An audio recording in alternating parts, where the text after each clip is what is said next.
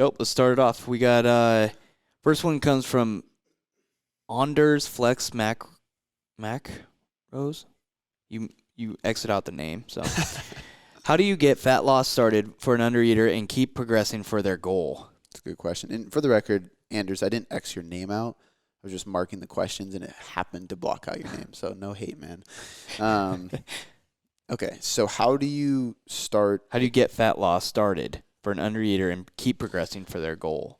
Typically, this is one of those ones where it's kind of difficult because typically you have to have that initial conversation with them saying, what you want calls for a deficit, but I can't give you a deficit, right? Like I can't put you in a deficit because guess what?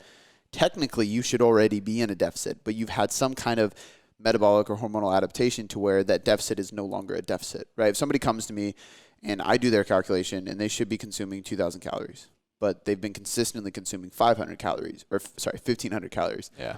and they're not losing weight, that's a problem, right? Then I ask them, how long have you been eating 1,500 calories? On and off for a year. I've been trying to lose weight. And it's like, now we have an issue to where you're not going to lose weight unless we get you to like 1,100 calories because that's a big enough deficit to do the job, but that's not adherable.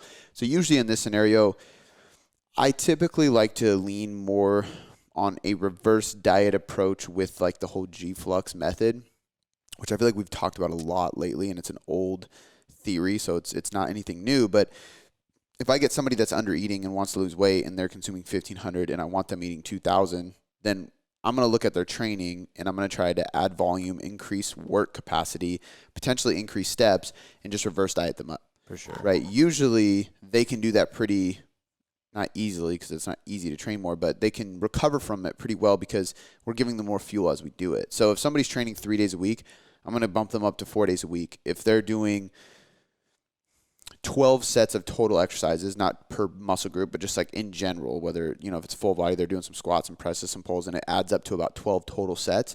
I'm going to go, how can we get you to like 15 to 20 sets in a single workout by adding EDTs, EMOMs, like density training, so we can get as much work done in a small time frame as we can. Definitely. Just going to increase volume. Obviously, it's going to increase what calories you need to use because you're doing more, but it's also going to increase energy expenditure. You're going to burn more.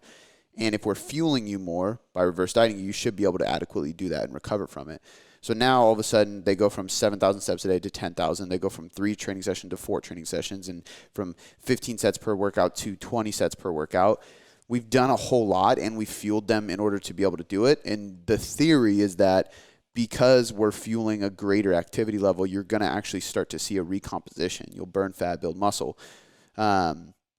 It's not always the case. Sometimes what we see here is they build muscle and they don't burn any fat, but when they build muscle, they look leaner. So they're still happy because what they see in the mirror is better. They might not lose weight, but they like what they see. And their hormones, metabolism, sleep, stress, biofeedback, all that stuff is improving because we've given them more food.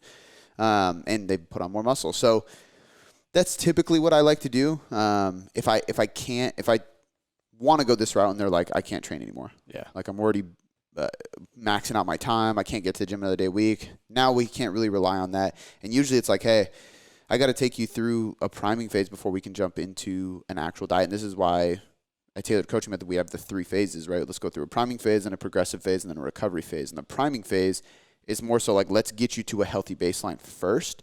So if this client comes to us and they are under eating, but they want fat loss, my first priority is not to put them in a deficit to lose weight. It's to get them to a healthy maintenance so that I can later pull calories from it and lose weight. So we have to reverse them, keep them there, get consistency, teach them how to track better, get them sleeping better, get them training harder, change their environment, lifestyle factors, really just optimize everything around them and within them so that when we do go to the progressive phase, which is where we dive into a deficit, they respond. Yeah. And their body is accepting and willing and ready to lose body fat and go into this deficit.